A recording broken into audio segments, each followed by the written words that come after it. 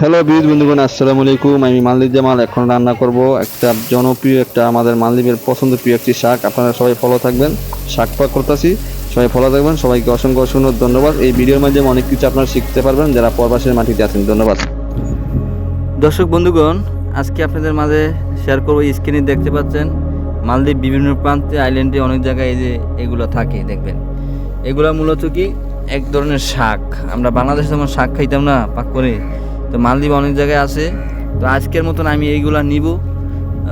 আজকে দেখা গেছে এগুলো আমি পাক করব, আমার ফ্যান সাইকেল নিয়ে খাবো। তো বিশেষ করে কি এইগুলা অনেক উপকার, যাদের দিন ডায়াবেটিস আছে, ডায়াবেটিসের ক্ষেত্রে এইগুলো অনেক উপকার। আপনারা ট্রাই খায়া খুবই ভালো, ডায়াবেটিসের জন্য খুবই কার্যকরী। তো আমি আজকে এগুলো নিয়ে রান্না করা হবে, পাক শাক করা হবে। বাংলাদেশে আমরা পাটের শাক খাইতাম না, ওইরকমভাবে রান্না করব। দর্শক বন্ধুগণ, আশা করি বুঝছেন। অনেকজন হয়তো জানেন এটা গুরুত্বপূর্ণ জিনিস একটা। তো সবাই শেয়ার করুন। ধন্যবাদ।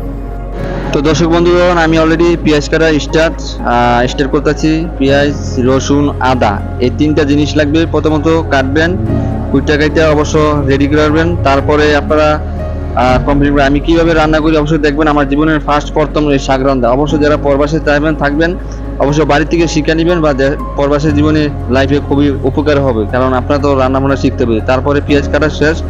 এখন আমরা করব তেল। এই জায়গায় শাকগুলা গরম করব, পানি দিয়া 3টা দোয়া দিয়ে অবশ্য আগে রেডি করে নিব।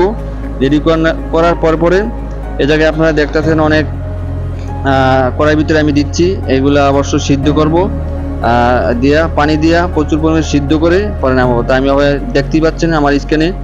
তো দর্শক বন্ধুগণ, জীবনের প্রথম অবশ্য রান্না করছি শাক।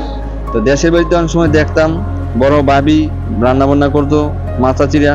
তো অনেক সময় ফলো থাকতাম, রান্না তার করি না। তো আপনাদের মাঝে অবশ্য শেয়ার করতেছি তো কিভাবে রান্না করব। তো এই যে গরম পানি সিদ্ধ হয়ে গেল অলরেডি। সিদ্ধ নিয়ে অবশ্য এখন আমি এগুলো উঠাবো।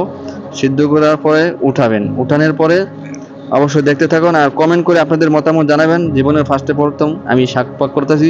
প্রচুর পরিমাণে অবশ্যই শেয়ার করে সবাইকে দেখার সুযোগ করবেন। প্রবাসীর বাইরে যারা আছে বিদেশের মাটিতে অবশ্য তারা শিখতে পারে একজন দেওয়ার। তো এখন আমি আদা রসুন পেঁয়াজ এখন কড়াই ভিতরে দিব। এখন আদা রসুন পেঁয়াজ সবকিছু কমপ্লিট দর্শক বন্ধুগণ। তো এই মুহূর্তে যে তেল গরম হয়ে গেছে, তেল অলরেডি দিয়ে দিছি। তো তেল গরম হওয়ার পরে এগুলো আমি কড়াই দিয়ে দিব। কড়াই দেওয়ার পরে দেখা গেছে অবশ্য গরম করে নিব। গরম করার পরে অবশ্য ওই সিদ্ধ করে যে শাকগুলো রাখছি এগুলো আবার দিব ইনশাল্লাহ। তো আজকে সুস্বাদু শাক অবশ্য খুবই মিস করতেছি, সবাইকে নিয়ে খাবো। অবশ্য আপনারা কি আপনাদের পছন্দ কিনা অবশ্য জানাবেন।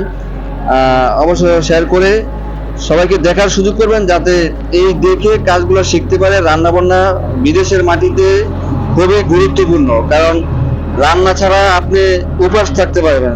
নিজে পাক শাক করতে হলে খুবই উপকার। তো অলরেডি হয়ে গেল। তো এই মুহূর্তে আমি এখন দেখতে পাচ্ছেন দিয়ে দিলাম বাগার। তো এই বাগার দেওয়ার পরে দেখবেন কি অলরেডি হওয়ার পথে। তো আশা করি দর্শক বন্ধুগণ এইভাবে আপনারা পাক শাক করবেন, বুঝতে পারছেন।